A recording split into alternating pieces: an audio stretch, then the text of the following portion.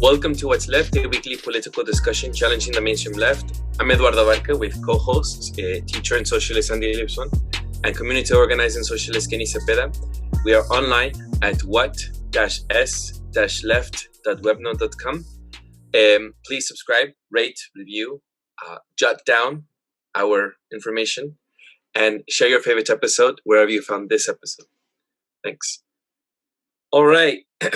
So, Andy, we have a change of topic today. Yes, but first we have to welcome Kenny back. Welcome back, Kenny. I'm back. We hope you had a very rest. Yeah, it's good to have you back. I don't like talking with Eduardo by myself. I need you here. It's a little boring that time. Yeah. Well, somehow I returned from my break more tired than before. Yes, you're right. We were going to talk about an article, and I think it's an important article written by some socialists and some socialists in Australia about socialists who oppose lockdown, oppose these restrictions, oppose vaccinations, oppose contact tracing, and I think it's really important. I haven't read many socialists who take that position, and we were going to read that article, but we found some news today that I thought would be really important to talk about. No, I think this is what we should be discussing because we have an ongoing saga of reopening schools and the debate on it, as well as just union stuff that I think we talk about because this is a working space for you, Andy, and we have discussed that in the past, and I think that folks know that by now if they have been following us regularly. Kenny, why don't you fill in just like the basic of what, if you want, if that's okay, just what's happening? Yeah. So basically, the city of San Francisco, right? Like the government filed a lawsuit against the school district to reopen schools, and they are citing failure to adhere to a state like policy or whatever law, not law, but like a mandate to reopen schools safely, I guess. And so this is the lawsuit was filed by Dennis Herrera, and the district attorney, San Francisco district attorney, and there is support from the mayor, LBRY, behind this. And the lawsuit is being issued against the San Francisco Board of Education. Let's see, and against the superintendent, Vincent Matthews. And apparently this is also something unprecedented. That's how they keep saying it on the articles that I read. Yeah. So we were discussing the Chicago teachers last week, and even though the three of us agree that we should, that schools should reopen, but the position that you took last week, Andy, and that I took last week, is to maybe some people would think it would be surprising since we're for reopening schools. But we came out in support of unions. And now with this... Yeah, but let's be clear. I didn't support staying out. Like, I didn't support a strike to stay online. I would have been in the minority, no, but I wouldn't have crossed the picket line. That's the situation. But I will recognize that, like I said, it's complicated because the framing of this has all been around safety and COVID and for workers to get caught up in that framing has led us down a road, and I suspected that there was going to be a complication even here, right? Like that this was coming to San Francisco, the idea of, well, are you going to reopen schools? Like, we have to be safe because that's the position of our union leadership. The majority of our membership have opposed those of us who said, no, we need to get back into our schools. And now what you have is a district attorney, an actor of the state, who's saying, oh, no, go back to school, reopen the schools. And so I do think that that's a challenge for people like me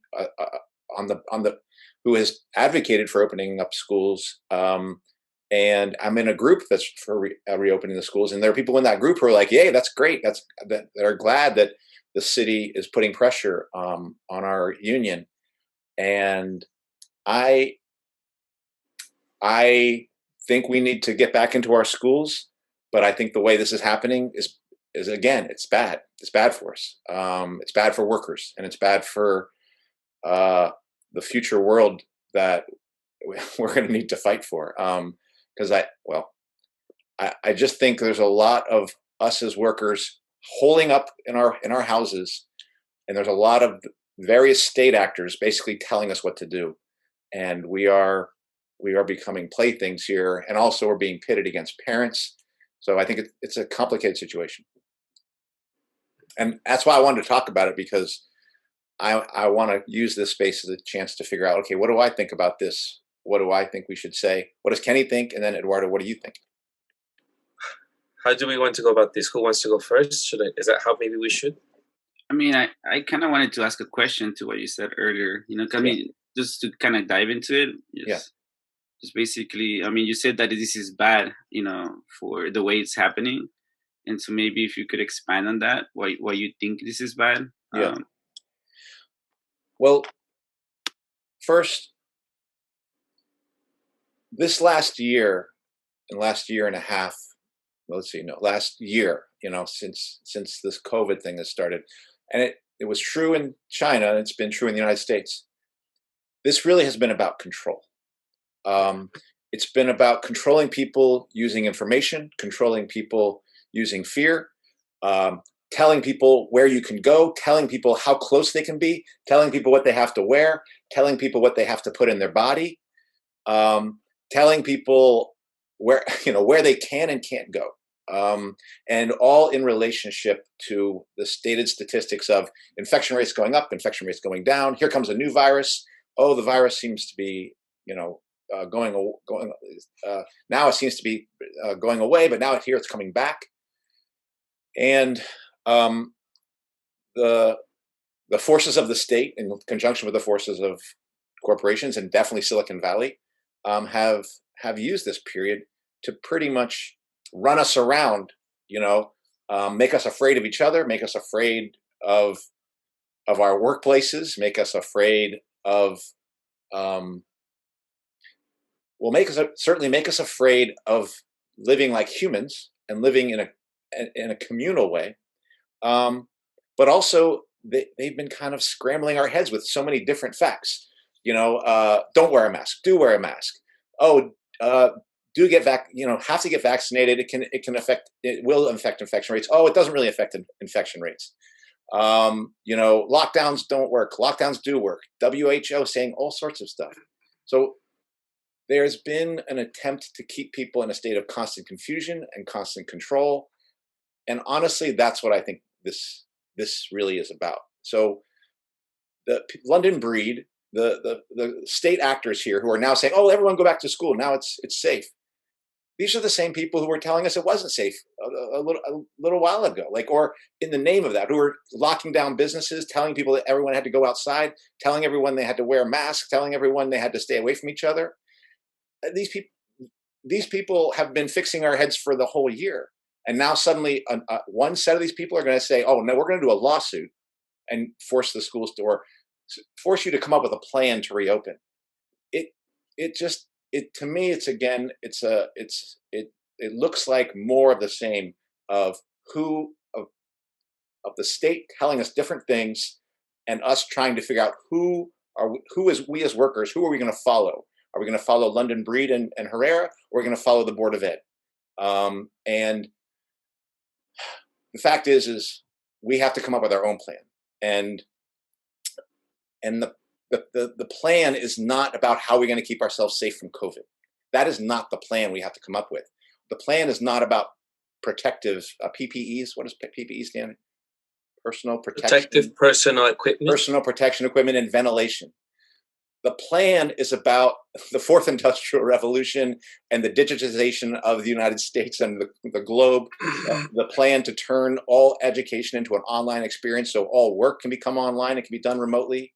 The plan is to have us in a digital world that we're surveilled, biologically surveilled, surveilled through our phones, surveilled through our school. That is the plan that we have to grasp and take control of. And we can't fight that. We can't fight that separated by our computers. We do have to go back to our workplace. But if we're just follow another set of these clowns, whether it's London Breed or Dennis Herrera, back into our workplace, we're not going to get anywhere. It's basically we're basically falling back into the same trap. And Dennis Herrera and London Breed kind of know that. There is something, I think, that's behind this, in the same way that Lori Lightfoot in Chicago, the ruling class wants the world of the fourth industrial revolution, of 5G, of all online. They know where this is headed. And Lori Lightfoot and London Breed are part of that ruling class. They're not part of the planning committee like Mike Pompeo or Bill Gates and folks like that, or the people at Davos right now in the World Economic Forum. But they know what the future is. But I do believe that because the teachers union and because teachers, we have not identified what the real threat is. This attempt by our union and attempt to teachers to keep ourselves safe by keeping ourselves separated and keeping ourselves out of the school, they're going to use this right now as basically saying, no, you need to go back to school. No, it's bad for kids. And it is bad for students. It is bad for young people. It's bad for us, but it's bad for young people. It's true. And now they're going to use this to pit working teachers against working parents.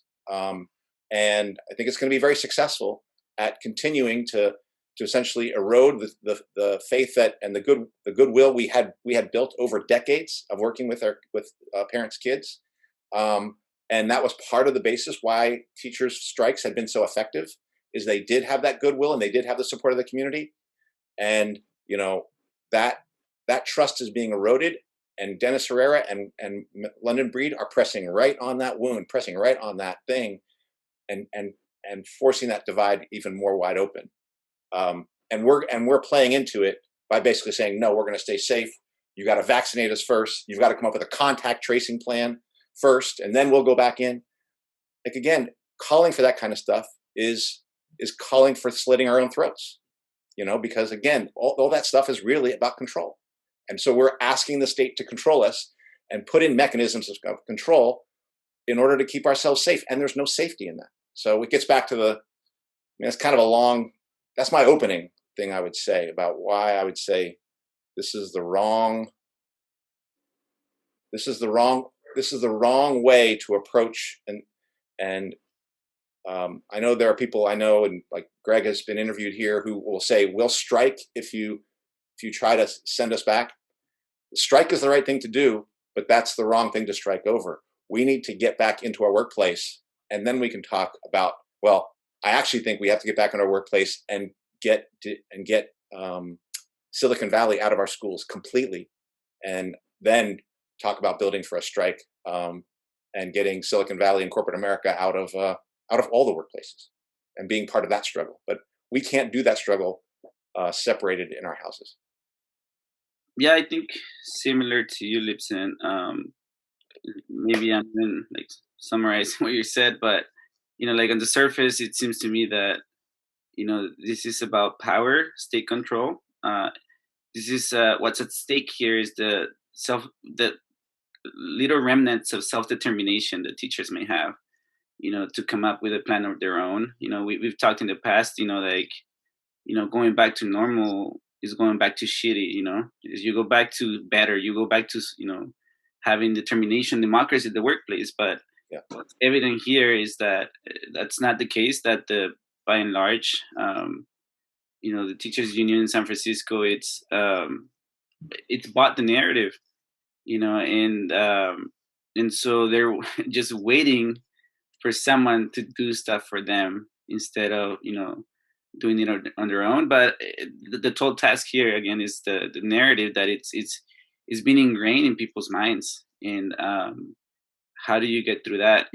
But at the same time, I think there's also this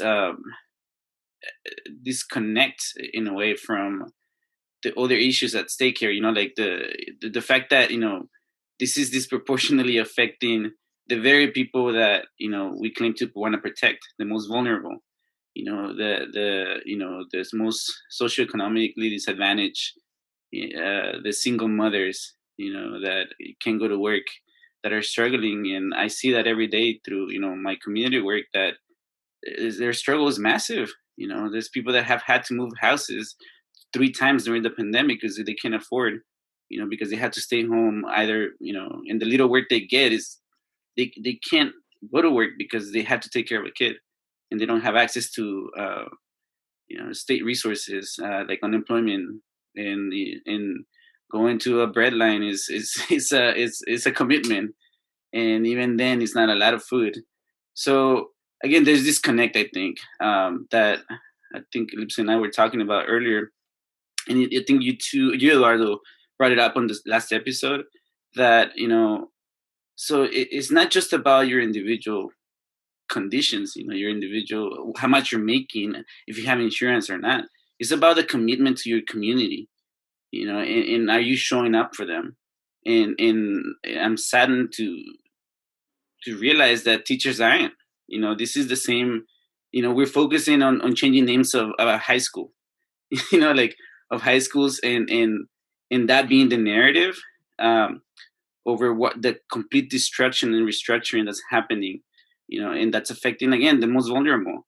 And so again, teachers just waiting for, like Lipson said, which side to pick. It's sad, and it doesn't look good, and I wish it was different. But I think, to be fair, I do think some of my friends and colleagues, educators, there are those who are so fearful that it's the vision to go back is obscured. It is so I don't want to dismiss that they do have a commitment. I just think they're inundated with information that is to disorient. And so like I've said in previous episodes, I think the fears are legitimate. It is just trying to work around those fears. I've had conversations in person, and I've had conversations online, and those fears are so strong. I'm not able to talk about anything. It's just the fear is there. And so I cannot even have a conversation about anything. I have to literally pull up the CDC information that we talked about in the last episode, Andy, and what we have also discussed in previous episodes. So, and still, even when I show that, as much as they love the CDC and they constantly quote it, and suddenly Fauci has suddenly also said that there will be a greater harm for our children, that now it's no. Fauci and CDC doesn't count anymore. Suddenly, it counted under the Trump administration, but it doesn't count anymore. They didn't say it like this, but it's suddenly those numbers aren't dismissive, and they're pulling out all kinds of articles on something else. And so I know that it's challenging to have these conversations. I'm in agreement with the areas of, number one, these mega companies are going, whether knowingly or unknowingly, I believe it's knowingly, they're going to ultimately lead us, and we are on track to being surveillance at the microscopic level. And it'll be cameras everywhere on the streets. So I think that's the number one fear, and that we should be considering over anything else. And so I'm in agreement with you, Andy, about that, and we've talked about that more in depth. Anyone can revisit any of the episodes that we can link to that. And secondly, I do think the power to organize, it is not. I was in a book club meeting today, and we were signing. So much is lost within trying to wait for the other person and the delay. I'm not saying that it's so little of what that complaint is, but I'm imagining how little there is. I can't even communicate a simple. I'm looking for the ELAC notes with my brother. ELAC is a parent meeting. I'm looking for the ELAC notes for a parent meeting for January, and the principal can't even respond to me. Something as simple as this wouldn't have happened had I been in school back at work. If a parent had just passed by and just saw the secretary or saw the principal in her office or his office and said, I'm just wondering about those notes very quickly, and I sent you an email, if you can just check that.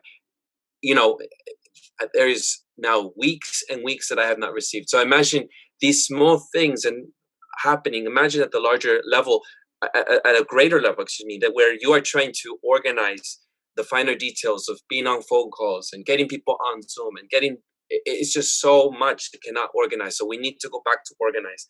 And thirdly, as we've also said, it's just the mental health aspect, So I'm in agreement with all of you. I think both of you know, and maybe our public knows, that I work with deaf and I have friends that are deaf and I'm part of the deaf community. There is no communication for a lot of children that are in their families right now. They cannot communicate with their parents because their parents don't pick up ASL or because they're isolated. They're also learning ASL. Their language is limited. School is where it's at. And just quickly, there's another one that I missed on the last week is, liberals and progressives love identity politics and privilege. They love using this. And I have issues around it. I'll use it when I need to. And here's what I'll say. I have a friend who is Black, queer, a woman, and deaf, and she's advocating to have her kids back in school, and she's suddenly dismissed. Like, that doesn't matter. So if you don't even stand by your own politics, I don't know what you're standing for, So she's not being heard.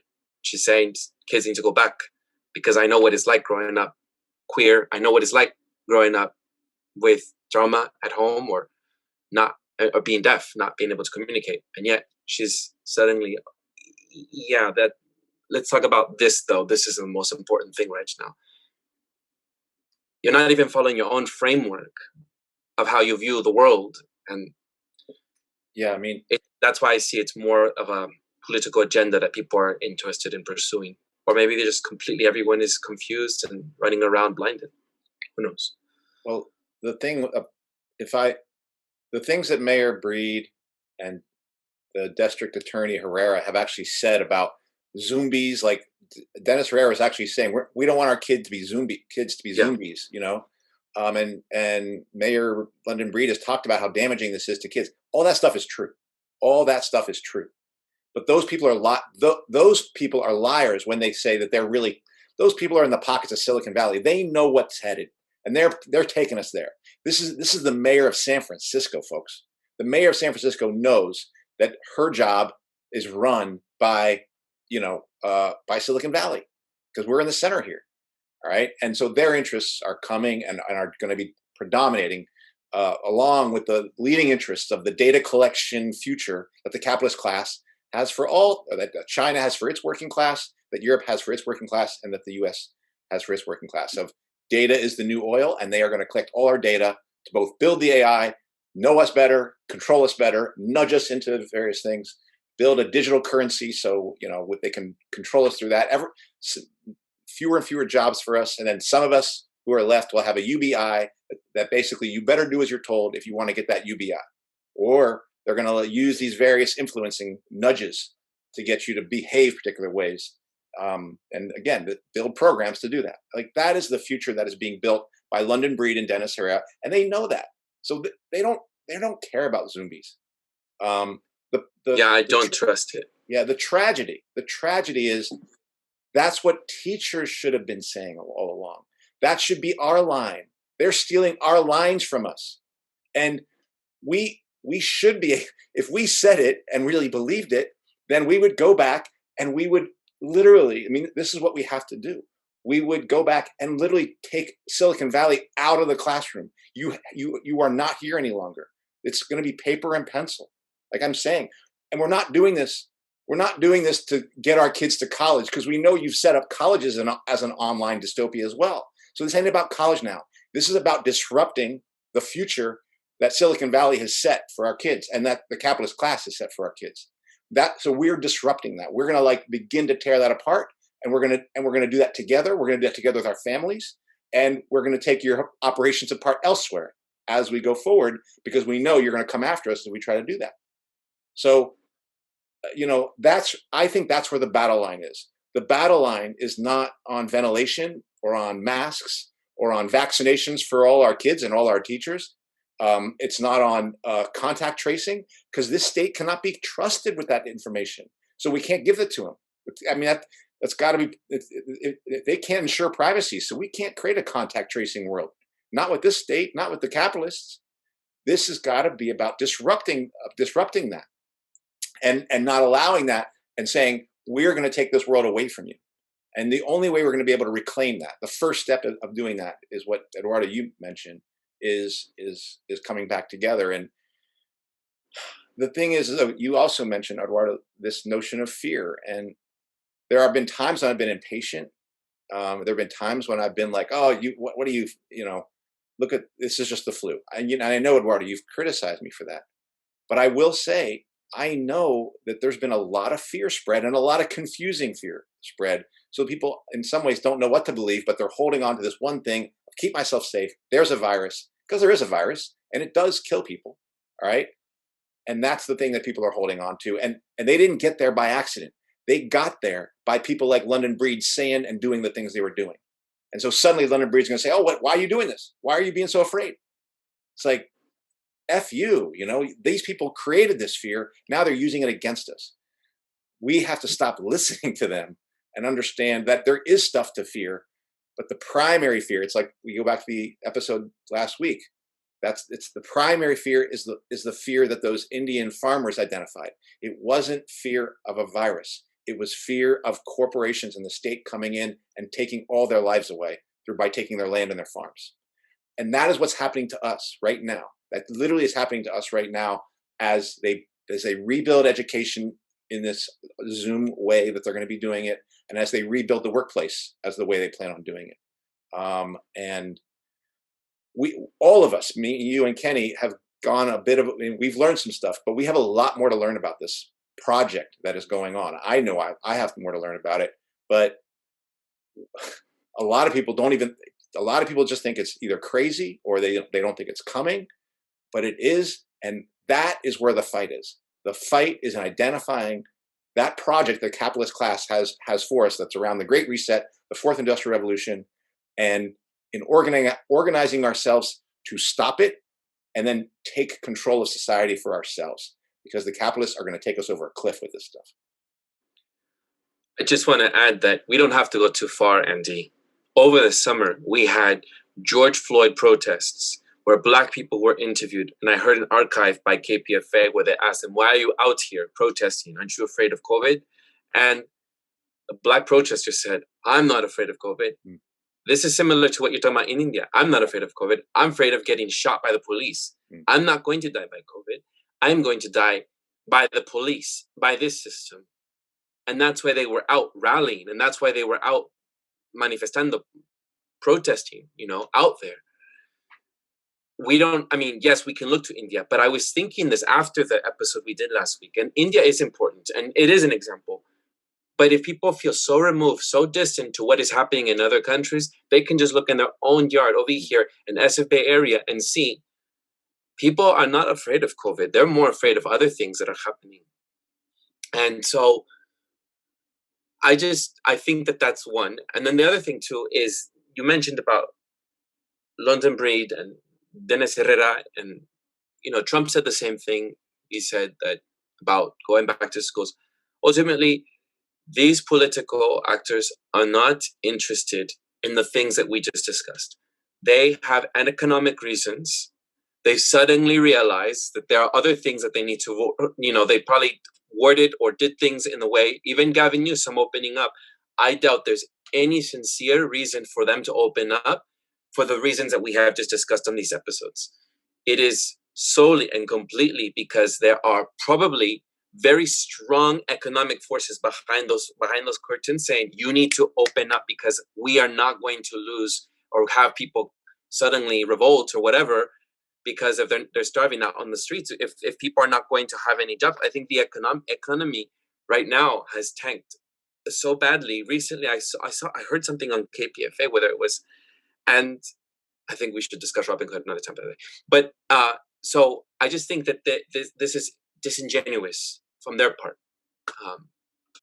Yeah, it's this instability. It's soul crushing. I think that people are already used to the idea that there is another lockdown coming. I think we all know that. But I mean, I find some I don't know, like solace, or I find some relief, I guess, in like today I went to a casino with my family. My family was so fucking afraid, and there was a lot of old people out there. And yeah, of course, it's not necessarily a workplace type of action organization, but in the mission too, in San Francisco, where a lot of the Latino people live. Yes, there's been a lot of infections, but people are still, they realize they have to go to work. They have to do something, and it's interesting that at least the people that are supposed to be the most educated, are really the most indoctrinated. They're the most fearful, and like, but we tend to dismiss like people from India, right? Like with this imperial mindset. I think you two brought it up in the last episode that there is something wrong with them, or there is something different, from them, and India is one of the most populous countries in the world, and you could argue that their living conditions are different than ours, and so they're more, if they're more prone to to the virus, if it is exactly as our state is saying it is. But again, it is. I get what you're saying, Eduardo. It's hard to talk about these things. It's especially actually to the most educated class, quote unquote. They're the most fearful that I see around, and sometimes I can't even engage, at work. I can't. Everyone's saying, green in the room, and I'm saying brown, and I just gotta keep saying brown, I guess, and try to express it in a different way. But I mean, but even then, like, there's some irrationality going on in all this. People like fearing their 90-something-year-old, family members getting COVID as if they couldn't die from anything else. I mean, at 90-something, you're already vulnerable in general. But and I understand the feeling, but and I see there is a lot of irrationality going on, and we actually have to go back to science. Like we've been saying that kids were not so prone to infection and death from a while back. You can go back to our episodes. This isn't new just because the CDC is saying it. If anything, that should show you that how these people are lying because they're supposed to be the experts. Talk to your physician, talk to your friend nurses. I have friend nurses that they tell me what the hell is going on with the vaccine because it's a mess. They don't know what's going on. They don't even know what to tell people really with the vaccine. They don't even know where are the antibody tests for this, to know if this is actually going to be successful. Like none of this is out there, but yeah, we're supposed to take their word for it. And that's what I'm trying to say. Like, don't take their word for it. Like discuss, question, be conspirational. Because it is a mass conspiracy. And none of this is under our terms. We're all losing self-determination. And going back to the article, that's what I think it's at stake here. Even more. More losing the ability to have self-determination by the teachers union. It's another state actor telling them what to do, and we'll see. I should stress though that I do, we may hear and we may defer a bit, but I maybe not. If you think about it, I think COVID isn't the only virus we should be worried about. I think we should be worried about a lot of diseases, a lot of sicknesses. And just like we're dealing with STI, sexually transmitted infections, and we need to be careful and put on condoms, or safe sex ed should be inculcated in schools. I think the same way we should wash our hands. I mean, this virus is destroyed by just washing our hands, as well as influenza. So we don't have to dismiss those protocols, and I think we should do that. Some level of social distancing, I think, as well. I don't mean it in like we can't get to one another. If you know you're going to be infected or something, like when you're when you're really sick, maybe you should go home and rest, just like we've always said, right? I think these common sense protocol measures we've always put in place should continue to be followed. So I don't want to dismiss that and think we should just all of a sudden just be infecting everyone either. I just think that we need to take this as seriously as we have with the flu and other infections as well. And this one is clearly being amped up, no? To the and masks might be a good thing if only you knew how to wear it properly. Otherwise, don't wear it. Yeah. Go ahead, Kenny. Yeah, I mean, yeah, but the biggest disease, we're talking about is capitalism. And you can't hide from it. That it's omnipresent in every aspect of your life. Even in your healthcare, especially in your healthcare, actually.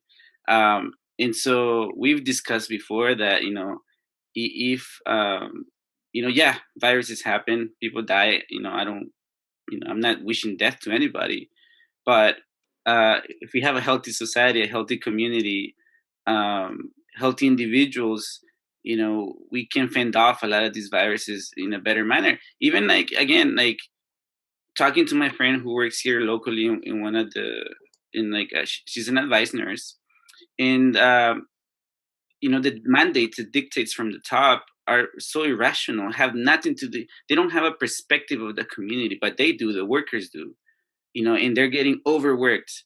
But and they have a union too, But the nurses should be standing up and saying something about it. Why? But for right now, they're just actually spreading misinformation themselves. Disinformation, because they don't know what to tell people in terms of on the vaccine.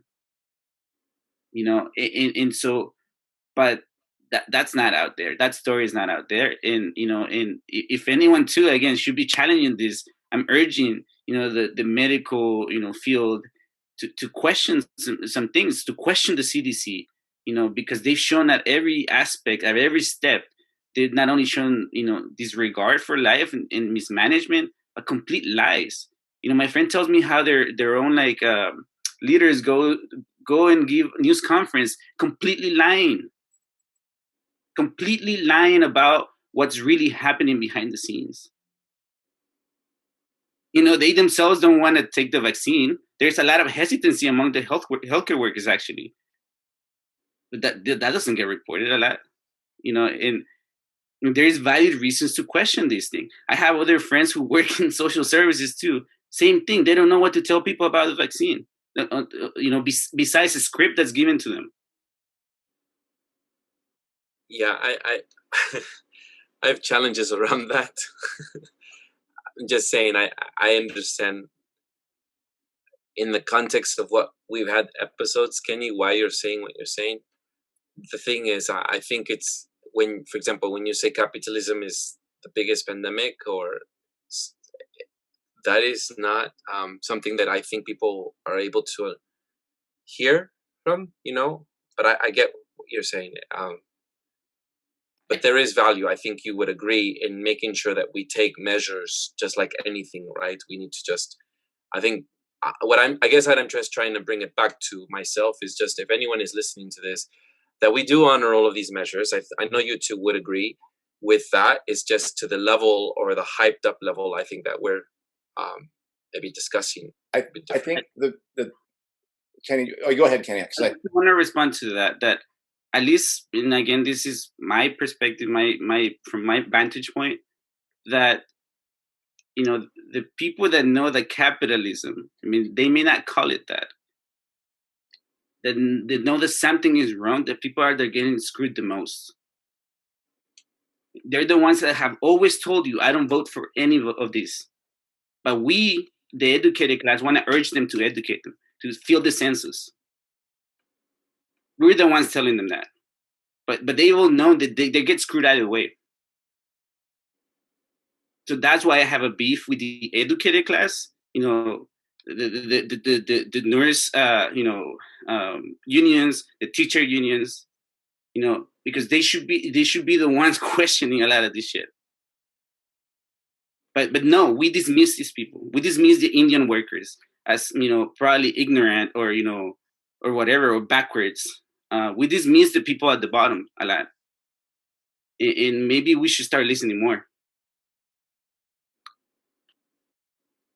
Yeah, I mean, I think the difference between, so we had episodes about COVID very early on, right? It was back in March and April, and early on, I know that I was like, wait, this isn't adding up to me about all the things that are being said about it.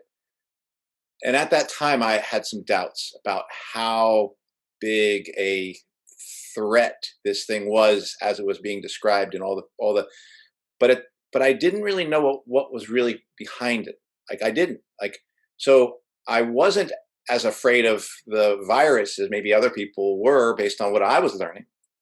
But at that point, I still didn't know what was coming. Like I didn't understand how the economy was going to be reorganized, and how the economic crisis that was going to hit in 2020, how COVID was going to be used as both the wealth separator and also simultaneously a labor, education, society reorganizer around the digitization, surveillance, collecting information on everyone all the time, so that we can not just like I said, not just advertise to us, but to actually use our data to make smarter machines to eventually replace us. Like I didn't understand the scale of that. I didn't. And so I think it's like, I think what I'm trying to say is there is something to be very, very afraid of, but we're preparing, we're fighting, we're responding to the wrong fear. We need to be very, very afraid of the world that's being constructed around us in the name of COVID by the capitalist class. And we have to be fighting not COVID, fighting the capitalists who are using it as a way of controlling us. And I do get into a debate sometimes I've had with Brian about, is it possible to fight COVID and not believe and be afraid of it at the same time? I don't know. I actually don't know. My tendency is to say, if you're that afraid of it, they're going to use that fear to put you in a box. That's my tendency, is to think that way. I might be wrong about that. But the fact is this is why I use India, is we have to understand, like, we are getting hit like by a giant meteor here. And we will do nothing by basically, putting ourselves under the control of the people who designed the meteor, who are sending it crashing at us. There's no amount of washing your hands or putting a mask on that's going to protect you from that, because this is being designed to put us into a kind of dystopian world where they're going to have even more control. I don't think it's going to work. I do think it's going to end in World War III if we don't stop them. Other people think it's a different thing, but that's not going to stop them from trying to exercise as much control of us as they can in order to continue to separate wealth to the top of society, and to continue to make profits off of the data and the way that they're going to control us, whether as laborers or as data supplies. So I don't know, that's kind of rambling, but those are my thoughts. I wonder what Brian, can you just elaborate a little bit more on Brian? Because I think I had a similar thought to him. I mean, I just want to be clear what maybe he said. I don't know if this will be, but I think he was like, because he and I have had disagreements or even debates about what the level of threat that COVID represents to humanity, kind of thing. And I sometimes wonder if that fear is high enough, can it get you to can it distract you to the point where you don't really see what's really coming? And those are the sort of the things Brian would say, no, you can kind of do both. I wonders that. And I'm not sure you can, but I'm not sure how important a point this is, to be honest.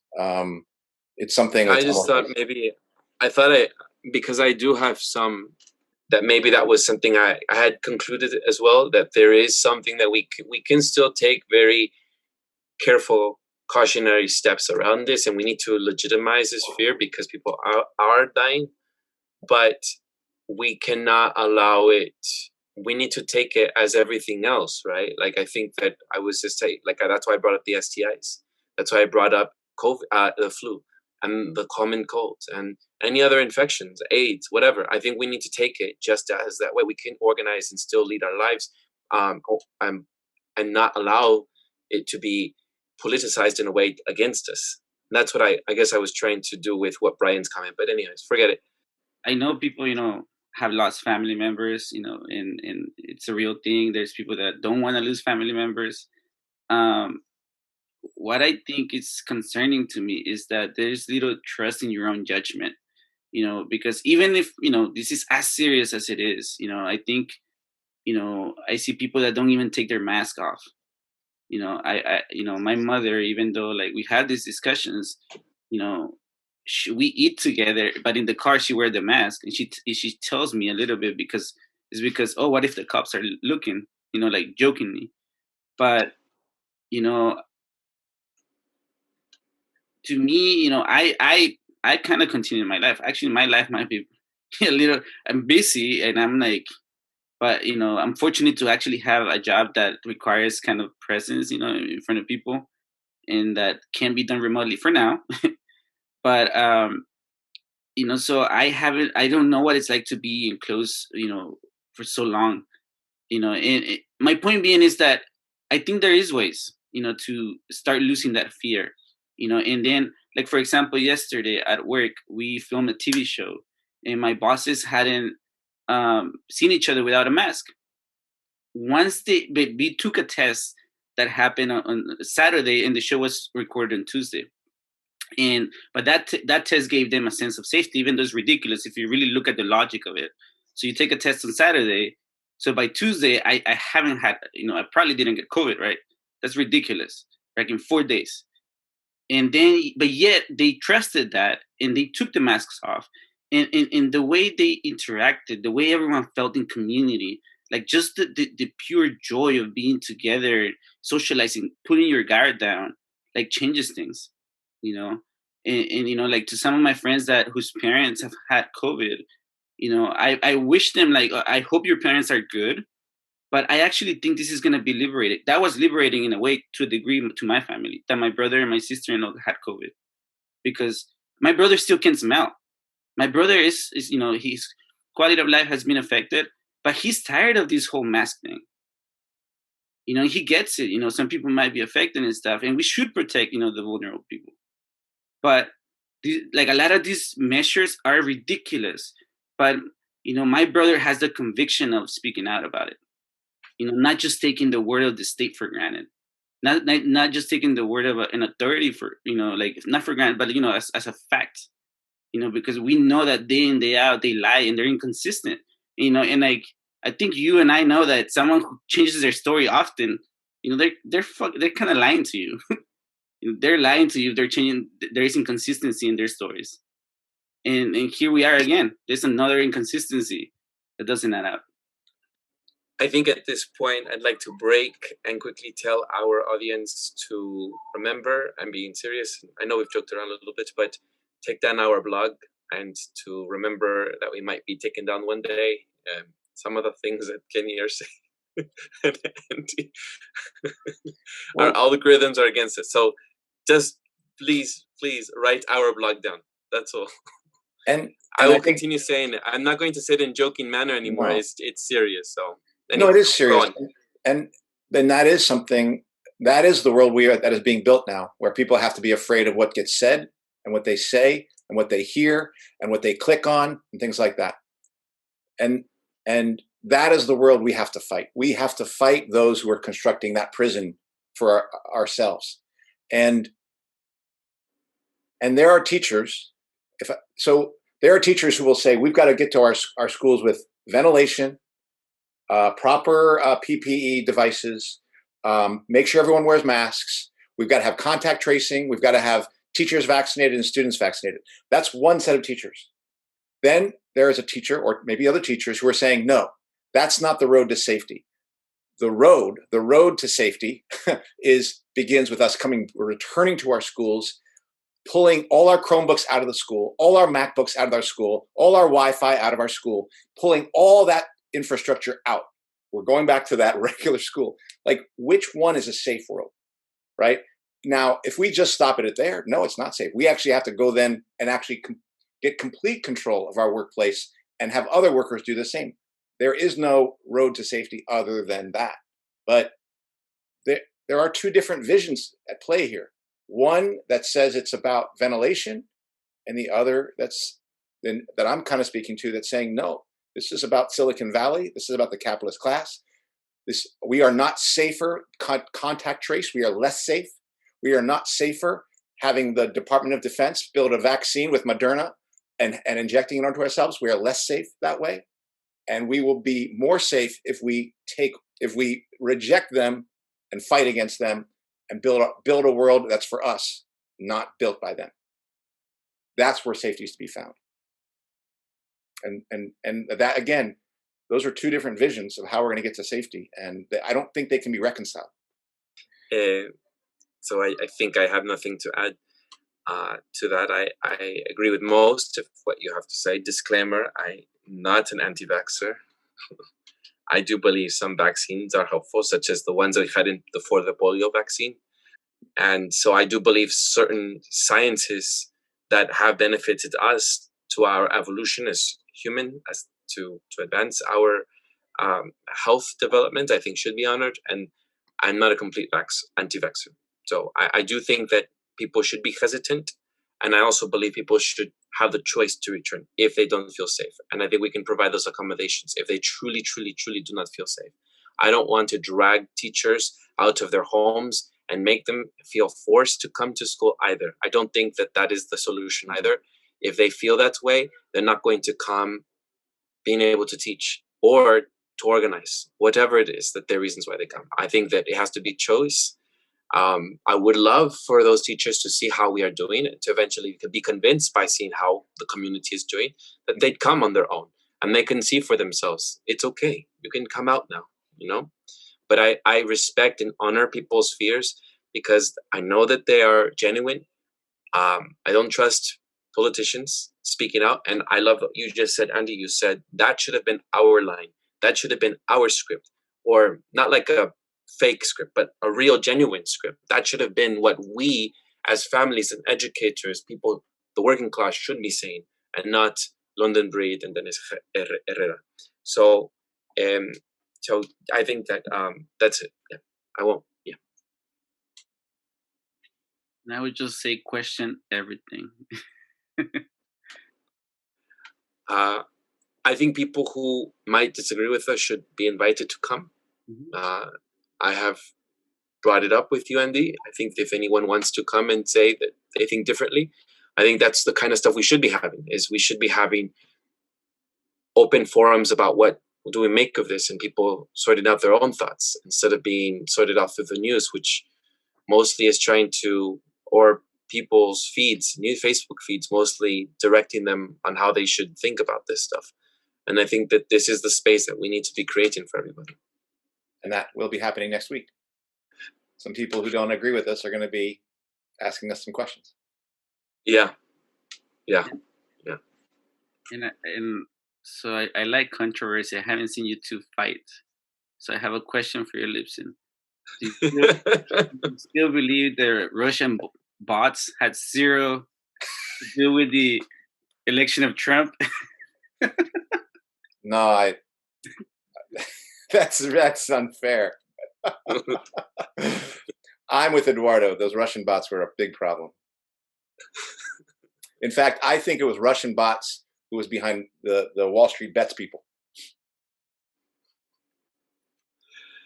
I think we should do something around the Wall Street thing that happened last week. That was an interesting thing. Before we conclude, though, I have to share another book I read recently. Oh. This one. Wait, Andy. This one. Pedro Páramo, pardon. By Juan Rulfo, a classic. This is like Disney on steroids, Coco Disney on steroids. The best magical realism Mexican literature classic on earth that should be ever read. And I read it, and I think people should read it. I just finished it completely yesterday. Sorry, I had to be selfish about that. Are you getting royalties from this? No. Is it in English or Spanish? Well, it was originally written in Spanish, but there's a translation in English and French, and everyone can have a copy of it. Okay. I thought it's very short, it's very classic, it's the best. All right, thank you for allowing me to be selfish, everyone. You were going to say something, Andy. No, I was just still recovering from Kenny's question. Sorry, I'm just trying to be funny. I guess not. That was funny. It caught me off guard. I was like, wait, what's... There will be some version of that, I'm sure, where there'll be very strong, all sorts of buts happening. All right, that does it for this week's episode. What's Left is a weekly political podcast / channel challenging the mainstream left. We post information about our topics and our guests on the episode notes, wherever you found this episode, or on our blog at what-s-left.webnode.com. And you can find past episodes to this podcast / channel there and connect with us. I remind folks, if you like anything you've heard, please jot down any of these places where you can find us and share your favorite episode, rate, review, turn on your notifications, and subscribe to any of our 8 platforms. Is it now, Andy? It's getting growing, or something. Yeah. So I will try to see how it. So on podcasts, it's Spotify, iTunes Podcast, Stitcher, Google Play, and we have the channels Bitchute and LBRY. LBRY, yeah. It's spelled LBRY. Yeah, maybe it's LBRY, maybe it's LBRY. I don't know. And Odyssey and YouTube. So if you would like to give us feedback about something you've heard or suggest for us to cover something, contact us through our blog. I'm Eduardo Barca with co-hosts Andy Lipson and Kenny Cepeda. See you all next time. Ciao. Bye-bye.